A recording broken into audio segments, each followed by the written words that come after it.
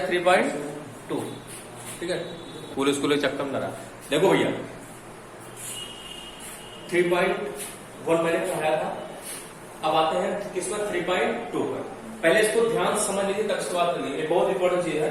देखो जैसे आपको क्या करना है, ये इसको बोलते हैं रेशियो टेस्ट। क्या बोलते हैं इसको? रेशियो टेस्ट बोलते हैं। हम रेशियो के हिसाब से जो है जानेंगे इस रेशियो टेस्ट, इसको रेशियो टेस्ट बोलते हैं। RATIO रेशियो टेस्ट, ठीक है। रेशियो के हिसाब से हम टेस्ट करना है। जैसे हमारे पास दो पेयर ऑफ ये क्वेश्चन है, ठीक है। पहला क्वेश्चन है A1x plus B1y plus C1 equal to 0 and दूसरा क्वेश्चन है A2x plus B2y plus C2 equal to 0, ठीक बेटा। अब आप कंपेयर करके A1 A2 B1 B2 C1 C2 की वैल्यू निकाल सकते हैं। तो A1 A2 B1 B2 C1 C2 क्या है आपके? कांस्टेंट है, ठीक बेटा। उसकी वैल्यू निकाल लीजिए।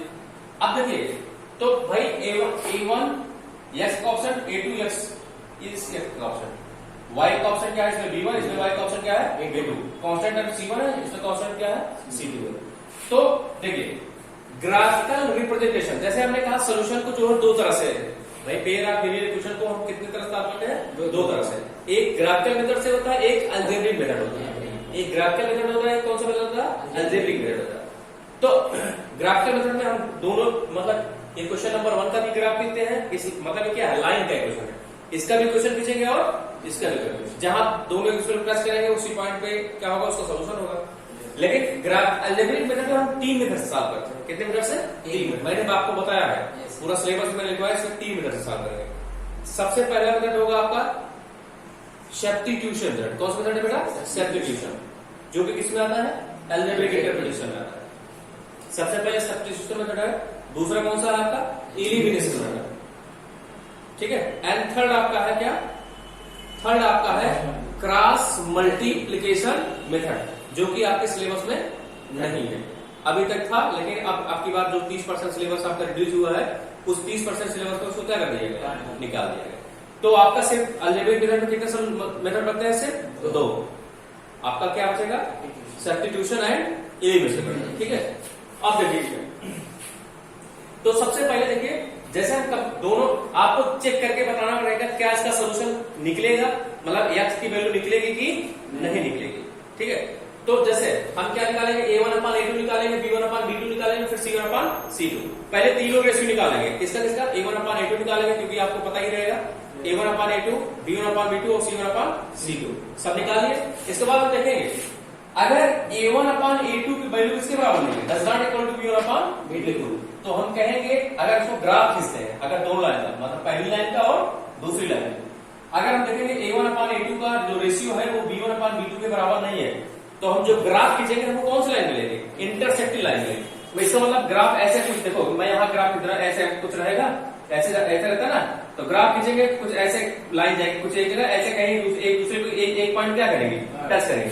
Intersecting at a point, actually intersecting at a point, सिर्फ एक पॉइंट पे क्या करेंगे? इंटरसेक्ट करेंगे। लाइन दोनों एक दूसरे को क्या करेंगे? सिर्फ एक पॉइंट पे इंटरसेक्ट करेंगे, ठीक है। जहां जिस पॉइंट पर इंटरसेक्ट करेंगी वो x एक्सिस जितना दूरी होगा और y एक्सिस जितना दूरी होगा, y की वैल्यू हो जाएगी, y की वैल्यू हो जाएगी y। तो इसके मतलब ग्राफ खींचेंगे, हमको ग्राफ में क्या मिलेगा? इंटरसेक्टिव लाइन मिलेगा। बिना हम ग्राफ बनाए हुए बता सकते हैं क्या मिलेगा हमको? इंटरसेक्टिव। कब? जब A1/A2 वैल्यू किसके बराबर हो? B1/B2। जब हम अलजेब्रिक इंटरप्रिटेशन, जब हम अलजेब्रिक मेथड सॉल्व करेंगे, algebraic method means substitution and elimination method से अगर हम सॉल्व करेंगे तो हमको क्या मिलेगा? Exactly one solution. x की एक वैल्यू मिलेगी है, y की एक वैल्यू, ठीक है। इसके बाद फिर दूसरा आता है, भाई कई सारी कंडीशन हो सकती है। दूसरी कंडीशन क्या होगी? Exactly one solution. अब ध्यान समझिएगा, दूसरी में क्या है? A1/A2 = B1/B2 = C1/C2। तीनों के रेशियो क्या आ जाएगा उसमें? इक्वल। मान लीजिए A1/A2 का रेशियो निकाला 1:2 आ गया, इसका रेशियो निकाले 1:2 आ गया, इसका रेशियो 1:2, तीनों का रेशियो क्या आएगा? इक्वल। जब तीनों का रेशियो हो गया तो हमको क्या मिलेगा? कोइंसिडेंट लाइन, कोइंसिडेंट लाइन, ठीक है। ये पेज नंबर किस पर है? टेबल 3.4, पेज नंबर कितने पर? ये है टेबल 3.4, पेज नंबर कितना बेटा? पेज नंबर 46 पर है, ठीक है। इसको आप पूरे टेबल ऑब्जर्व कर लीजिएगा आप लोग, ठीक है, समझे। तो हमको क्या मिलेगा? कोइंसिडेंट लाइन मिलेगी। इसका मतलब अगर हम ग्राफ खींचेंगे, देखिए भैया, अगर हम ग्राफ खींचेंगे, जैसे एक लाइन ऐसे जा रही है, एक लाइन मान लो कैसे जा रही है, इस तरह जा रही है। पहली वाली लाइन, हम पहली वाली लाइन का ग्राफ खींचे, इस तरह जा रहा है ना, तो दूसरी वाली लाइन का भी ग्राफ कहां जाएगा, इसी के ऊपर से हो जाएगा। इसका मतलब एक लाइन दूसरे लाइन के ऊपर आ जाएगी। तो इसका मतलब क्या होगा, वो हर एक पॉइंट पे क्या करता हो जाएगा, उसको टच करता हो जाएगा, नहीं जाएगा। अरे भाई जब कोइंसिडेंट लाइन होगा तो एक लाइन दूसरे लाइन के ऊपर आ जाएगी, इसका मतलब हर एक पॉइंट पे क्या करता जाएगा, उसको टच करता हुआ जाएगा। जब टच करता हुआ जाएगा तो उसके पास कितने सोल्यूशन होंगे, इनफाइनाइट। भाई एक जगह कर रहा था एक सोल्यूशन, जब हर जगह उसको टच कर रहा है तो मतलब उसके पास कितना हो गए, इनफाइनाइटली मेनी सोल्यूशन। तीसरी कंडीशन क्या होती है, तीसरी कंडीशन क्या होगी, a1 upon a2 equal to b1 upon b2, लेकिन किसकी कोई बराबर ना हो, does not equal to c1 upon c2।